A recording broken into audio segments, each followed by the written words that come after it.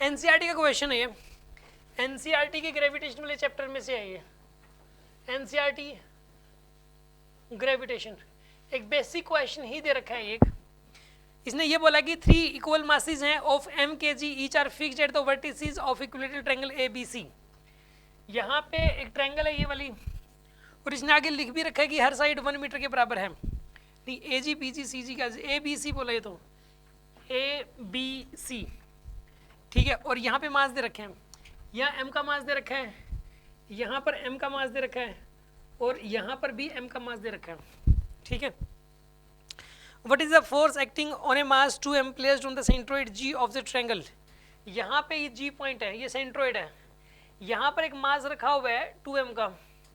इस 2m के मास पे फोर्स कितना लगेगा ये पूछा इसने, और इसने ये बोल रखा है कि AG BG और CG की वैल्यू 1 मीटर, ये डिस्टेंस दे दी 1 मीटर, ये डिस्टेंस दे दी 1 मीटर, और ये डिस्टेंस भी 1 मीटर दे दी। अब सुनो क्वेश्चन ये है कि 3 मास तो ये हो गए M, ठीक है।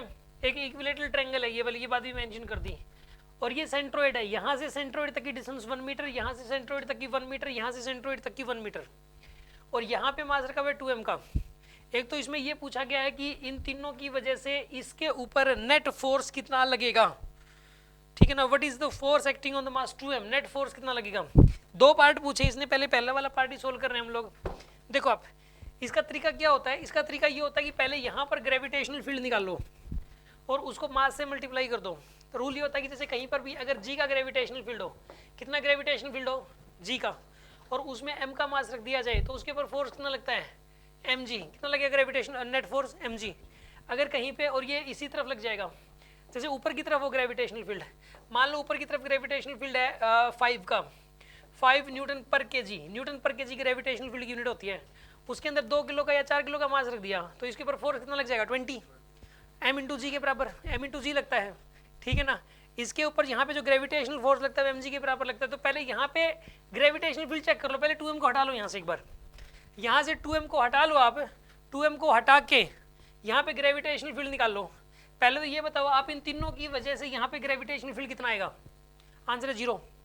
ये डीपीपी में दे रखा क्वेश्चन कि ये तीनों मास की वजह से यहाँ पे ग्रेविटेशनल फील्ड क्या हो जाएगा 0, क्योंकि इसका ग्रेविटेशनल फील्ड इधर, इसकी वजह से इधर, और इसकी वजह से इधर, तो ग्रेविटेशनल फील्ड क्या हो गया यहाँ पे 0।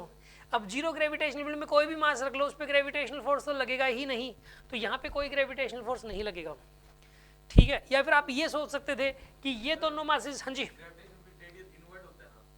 हाँ, तो इस मास की वजह से इधर, इस मास की वजह से इधर, और इस मास की वजह से ऊपर, तो तीनों जो है ना बाय सिमेट्री तीनों कैंसिल आउट कर जाएंगे तो नेट 0 हो जाएगा। या फिर इसको करने का तरीका ये है कि ये दोनों एक दूसरे पे फोर्स लगाएंगे, तो इस पे इधर लगा, इसकी वजह से इस पे इधर लगेगा, इसकी वजह से इधर लगेगा, और इसकी वजह से इधर लगेगा, तीनों फोर्स बराबर हैं और इक्वल इक्वल एंगल है, तो तीनों एक दूसरे को कैंसिल आउट कर देंगे, ऐसा भी सोच सकते हो आप। आगे बात समझ में 0 आएगा। अब इसने ये बोला इसके अगले पार्ट में, what is the force if the mass at the vertex A is doubled. यहाँ पे मास को डबल कर दिया, यहाँ m का कितना कर दिया 2m कर दिया, अब कितना फोर्स लगेगा। अब तो प्रॉब्लम, अब तो देखो क्वेश्चन चेंज आ गया। अब तो देखो क्या होगा, इसको 2 पार्ट्स में कर लो, m और m दो हैं ये मान लो, ये अकेला m है और ये अकेला m है, इन तीनों की वजह से तो सेंट्रोइड पे क्या हो जाएगा 0, बचेगा ये अकेला, इसकी वजह से जो ग्रेविटेशनल फील्ड आएगा उसको 2m से मल्टीप्लाई करना है, ठीक है। इन तीनों की वजह से ग्रेविटेशनल फील्ड क्या हो गया सेंटर पे 0।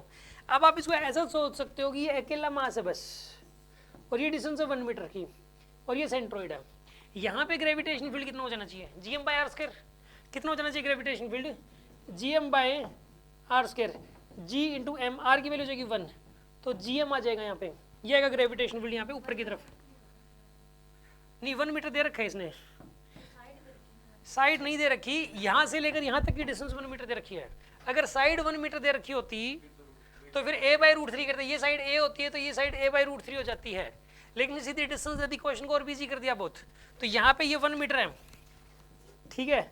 ये तो ग्रेविटेशनल फील्ड इतना हो गया gm के बराबर, और ग्रेविटेशनल फोर्स बताना है तो m इंटू जी करते हैं, मास दे रखा है 2m, मास दे रखा कितना 2m, और g की वैल्यू हो जाएगी gm, तो 3gm आंसर आ जाएगा, ये आंसर आ गया।